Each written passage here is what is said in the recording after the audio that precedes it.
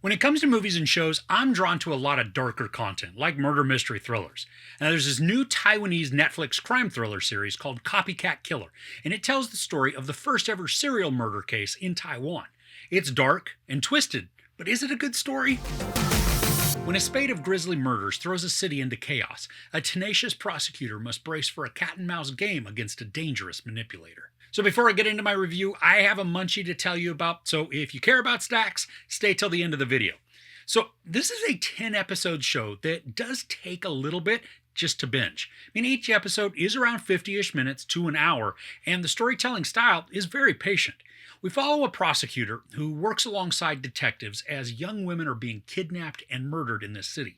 Now, sometimes there's a video that's sent to media outlets as a way to taunt the police and then strike fair in the community. We watch this prosecutor methodically work the angles, and as he does so, we get glimpses into his past, showing how there are massive traumas that he's endured, which then work to fuel his drive and motivations. And in addition to the prosecutor, there are two main police detectives who are just integral to the story, two news anchors, and then their assistants, plus a couple of high-ranking officials in the prosecutor's office. Each of these play key roles throughout, with most of them getting some good development to make us interested in who they are and why they may be important to the cases. Now, I gotta say that while there's a good amount of mystery and intrigue to the story, in the first couple of episodes, the camera gives away a suspect. I mean, it lingers too long and unfortunately shows their hand. Now, I am glad that there are more surprises the show has in store for us, because otherwise it would have been a very dreary 6 or 7 episodes to just trudge through if the only mystery the show had to hang on to was this one particular suspect. Now, for me, at the beginning, the show was a bit chaotic and a little hard to connect with. A lot is going on, but without a ton of context. But fairly quickly, though, the grisly crimes are unveiled, and we get to meet the characters who will be driving the narrative all the way through. Now, there's a definite cat and mouse game that begins to unfold the more that the prosecutor gets involved, and scenes become explosively tense. And a lot of the filmmaking, it works to put us on edge by shifting angles and creating quick cuts between characters as that suspense builds. And these aren't like those quick cuts in action sequences that obscure what's going on. Here, the camera will go back and forth to different characters to capture their expressions and the intense emotion in their eyes. And there's a scene inside a TV studio that was already emotionally charged. And then, because of some actions by the prosecutor, the whole situation explodes with electricity. And the show continues to deliver gut punches through multiple episodes, where there are very shocking moments that had my jaw hanging open at times. But with all that excitement, the show does make you earn it. The story asks you to go along for the ride and become invested through the character development and the slowness before rewarding us with dramatic chaos. Now, something that could annoy in the show is that part of the case feels solved with a couple episodes left, making it seem like the rest is just going to drag out unnecessarily. But I found these to be even more engaging because of some of the reveals that had been made. I mean, it was now down to the how of the resolution, and the show doesn't drop the ball when it comes to maintaining the urgency and the anxiety. Now, this is a really well-crafted story with a lot of misdirection thanks to a bunch of plausible perpetrators. And the fact that motives are obscured for a lot of this also helps to make the story dark and engaging. There's just something about a deranged maniac who kills for seemingly unknown reasons that makes for an unsettling and gripping tale. I really enjoyed the level of emotion that we get from many of the players. And I talked about how one scene basically explodes with electricity from the characters, but there are so many moments where we see the characters in intimate situations where their emotions are rawly bared, creating an atmosphere where we can feel their distress and the suffering. And even with some of those that could be suspects, situations are dire so that they create sympathy for the players. I mean, that doesn't necessarily exclude their behaviors, but it does give insight into how or why they act as they do. And because the targets of the serial killer are young women, we watch a lot of father figures break down from guilt over just not being a good enough protector.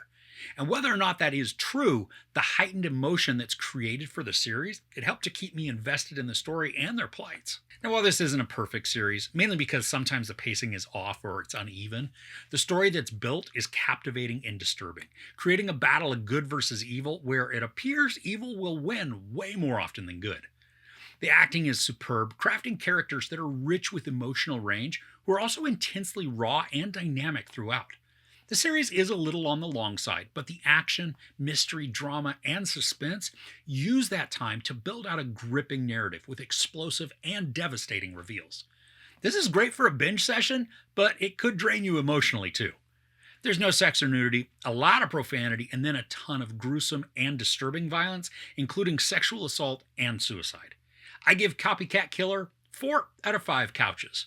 So, what's a good series with a dark storyline that you enjoy? Let me know in the comments below. Okay, so if you are into Munchies, I have a brand new one to try. Now, I just opened this right before recording, so I haven't even tasted these yet. Now, these are cereal pop popcorn Fruity Pebble flavors. First off, I'm not that big on popcorn. I mean, I eat it covered in butter when I'm at the theater, but outside of that, I just typically don't gravitate towards popcorn. Okay, so let's just give this a whirl. I'm going to pick, ooh, that's a big one too. It's regular popcorn like you would see. It looks like it has some frosting on it, and then the Fruity Pebbles. Now, I'm not even a Fruity Pebble fan. I mean, I don't like, they're just like Rice Krispies that are colored and then smashed, and I don't think they actually taste like fruit. I much prefer Fruit Loops if I'm going to do anything like that. But let's see. This is a big one. I don't know if you can see that. I don't know if where the camera is focused on this or not, but we're just going to give it a go, and I apologize for the sounds.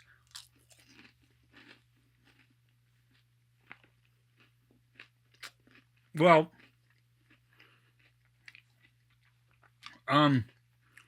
yeah, it's diabetes in a bag. It tastes exactly like you think. I mean, if you like Fruity Pebbles, then you probably are going to enjoy this because it has that taste. I mean, it tastes like Fruit Loops or anything else. Um, the popcorn is just kind of there. It doesn't have a salty taste to it, which is maybe a little bit disappointing. The the popcorn though itself is light and fluffy. I mean, you can see here's another big chunk here, and I mean it's fine. It's serviceable.